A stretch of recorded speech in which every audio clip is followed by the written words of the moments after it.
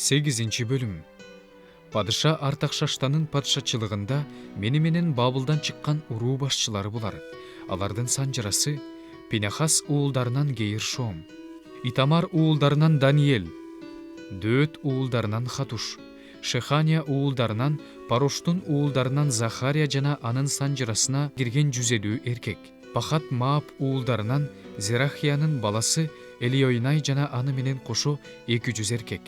Шехания уулдарынан Жахазиэлдин баласы аны менен кошо 300 эркек. Адын уулдарынан Эбет, Жонатандын баласы аны менен кошо 50 эркек.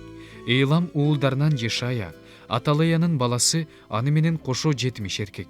Шепатия уулдарынан Зебадия, Михаэлдин баласы аны менен кошо 80 эркек. Жояб уулдарынан Обадия, Жехиэлдин баласы аны менен кошо 218 эркек. Шеломит уулдарынан Жосипиянын баласы аны менен кошо 160 эркек. Бейбай уулдарынан Захария, Бейбайдын баласы аны менен кошо 28 эркек. Азгат уулдарынан Жоханан, Акатандын баласы аны менен кошо 110 эркек. Адонукамдын акыркы уулдарынан Элипелет, Жеел, Шемая, алар менен кошо 60 эркек. Бикбайдын уулдарынан Утай менен Закур, алар менен кошо 70 эркек. Мен аларды Агапка келип куйган дарыянын жээгине чогулттум. Ал жерде 3 күн турдук. Мен элди жана ыйык кызмат кылуучуларды карап чыкканда, Леви уулдарынан эч кимди таппадым. Ошондо мен алардын башчылары Элиезерди, Ариэлди, Шемаяны, Элнатанды, Жарипти, Элнатанды, Натанды, Захарияны, Мешуламды, ошондой эле окутуучулар Жоярип менен Элнатанды чакыртууга киши жөнөттүм. Аларды Кассипия жеринин башчысы Идого тапшырма менен жибердим. Биздин Кудайыбыздын үйүнө кызматчыларды алып келиш үчүн Идого жана анын бир туугандарына Кассипия жериндеги нетиндерге эмне айтууну айтып бердим. Кудайыбыздын жакшылык кылуучу колу биздин үстүбүздө тургандыктан, алар бизге Исраил уулу Лебинин, Леби уулу Махленин уулдарынан чыккан бир акылдуу адамды, атап айтканда Шейребияны жана анын уулдары менен бир туугандарынан 18 кишини, Мераринин уулдарынан Хашабияны, аны менен бирге Жешаяны жана анын бир туугандары менен уулдарынан 20 кишини, Дөөт менен анын төрөлөрү Лебилерге кызмат кылууга беришкен нетиндерден 220 нетинди алып келишти. Алардын баардыгынын аттары аталды. Анан Кудайыбыздын алдында моюн сунуп, өзүбүз үчүн да, балдарыбыз үчүн да, мал мүлкүбүз үчүн да, андан ак жол суроо үчүн Агап дарыясынын боюнда орозо жарыяладым. Анткени бизди жолдо душмандардан сакташ үчүн мен падышадан аскерлерди жана атчан аскерлерди сурагандан уялдым.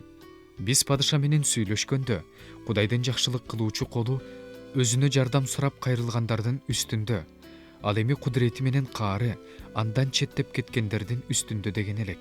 Ошентип биз орозо кармап, Кудайдан ушуну жалынып сурадык. Ал биздин үнүбүздү укту. Анан мен башкы ыйык кызмат кылуучулардын ичинен 12 кишини, Шейребия менен Хашабияны, алар менен кошо алардын бир туугандарынан 10 кишини бөлүп койдум. Анан падыша менен анын кеңешчилеринин, төрөлөрүнүн жана ал жерде болгон баардык Исраил элинин Кудайыбыздын үйүнө тартуулаган алтын күмүштөрүн, идиштерин таразага тартып туруп, алардын колуна бердим. Таразага тартып туруп, алардын колуна 650 талант күмүш, 100 талант күмүш идиш, 100 талант алтын бердим. 1000 драхма турган 20 алтын чөйчөктү алтынга тете бааланган, жаркырак жезден жасалган 2 идишти тапшырдым. Анан аларга мындай дедим: силер Теңирдин ыйык адамдарысыңар. Ата бабаларыбыздын Кудай Теңирине чын жүрөктөн тартуулаган алтын күмүштөр да, идиштер да ыйык. Аларды Иерусалимдеги Исраил уруу башчыларынын, ыйык кызмат кылуучулар менен Лебилердин башында тургандардын колуна өткөрүп бермейинче, Кудай үйүнүн сактоочу жайларына тапшырмайынча абайлагыла, өтө сак болгула. Ошондо ыйык кызмат кылуучулар менен Лебилер Иерусалимдеги Кудайыбыздын үйүнө жеткириш үчүн таразага тартылган алтын күмүштөрдү, идиштерди кабыл алышты. Ошентип биз Иерусалимге Агап дарыясынан 1 айдын 12 күнү чыктык. Кудайыбыздын колу биздин үстүбүздө болду. Ал бизди душмандардын, жолубузду торогондордун колунан коргоп жүрдү. Анан биз Иерусалимге келип, ал жерде 3 күн болдук.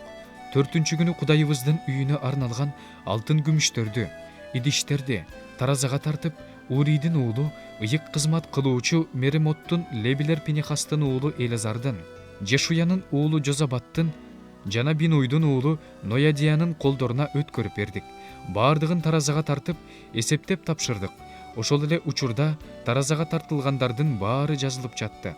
Туткундан кайткандар Ысрайыл Кудайына бүтүндөй өрттөлүүчү курмандык чалыш үчүн, бүт Ысрайылдын күнөөсү үчүн 12 букачар, 96 кочкор, 77 козу, 12 теке алып келишти.